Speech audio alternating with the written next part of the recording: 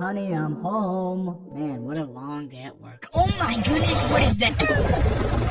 Minecraft is a game with hundreds of biomes. And I was thinking, which would be the best biome to live in real life? So today I'm ranking biomes by how livable they are. From dead in 5 seconds to I'm living here forever. Starting with the deep dark. Deadly, but I mean technically I could survive. As long as I'm extremely quiet, but all it takes is one staircase that creaks just a little bit too loud at midnight. Yeah, I could maybe last 2 weeks. This definitely isn't the worst location on this list though. The savannah. A flat, dry area that has acacia trees and a lot of tall grass. This place is pretty chill. I have nothing to say against it really. There's not as much water, but it does usually somewhat spawn near water. So if you like orange wood and flat land, I guess go for it. I don't love it personally, but it's definitely livable. The snowy slopes. The snowy slopes is perhaps one of Minecraft's prettiest, most beautiful biomes. Imagine a mountain house with your wife and kid named Jimmy. Life is good until one day little Jimmy goes missing. Jimmy? Where are you? Jimmy! Oh, there's a sign. Going on a walk-off trail. Jimmy. Oh, okay. He just walked off the trail. I'll go look for him. Ah! Oh, hey Jimmy, how are you? Okay, sorry. I could survive maybe, like, a few years. The ocean. What? Our first dimension. The nether. Nether wastes. Wouldn't this just be the equivalent of trying to survive hell? Imagine trying to survive a location where water is banned. This is where I start to wonder if Steve is even human. How can he just walk around down here perfectly fine? But I guess assuming that we have super strength and can survive 400-degree heat, that's not to mention the wither skeletons, the piglins, the gas, magma cubes, and literally everything else that exists down here is trying to kill you. I can't even last 10 minutes down here in diamond armor in-game. We're definitely dead in 5 seconds. I rate the nether a 0-star review, wouldn't recommend. The only nether biome that is even questionable is the warped forest. This location doesn't appear too terrible like the other parts of the nether. But is it good? No.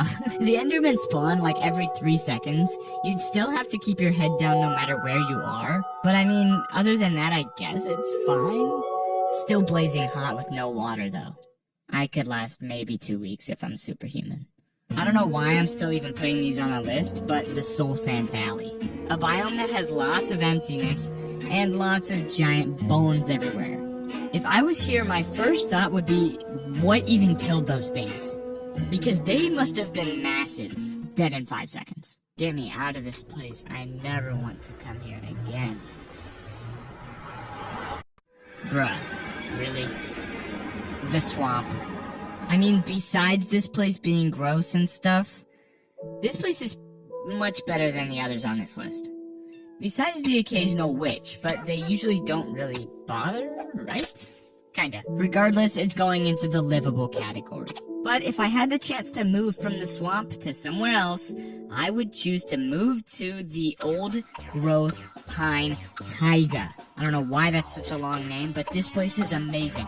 Tall trees, good visibility, good privacy, beautiful landscape. I see nothing wrong here, and I would gladly live here with my wife and kids. I'm living here forever. Okay, we're getting into the other dimension soon. But first, an honorable mention goes to the mushroom fields. I have no idea what living here would be like, but realistically this is one of the safer options because there is an unlimited supply of food with these mushroom cows, no mobs can spawn on top of this grass, and there's really cool creepy cows. I mean, if you enjoy a good island, you'll be fine. So, it's livable, I guess. The end dimension. Not gonna lie, every single place in this dimension looks the exact same. I didn't know this, but apparently there are different biomes. Starting with the end.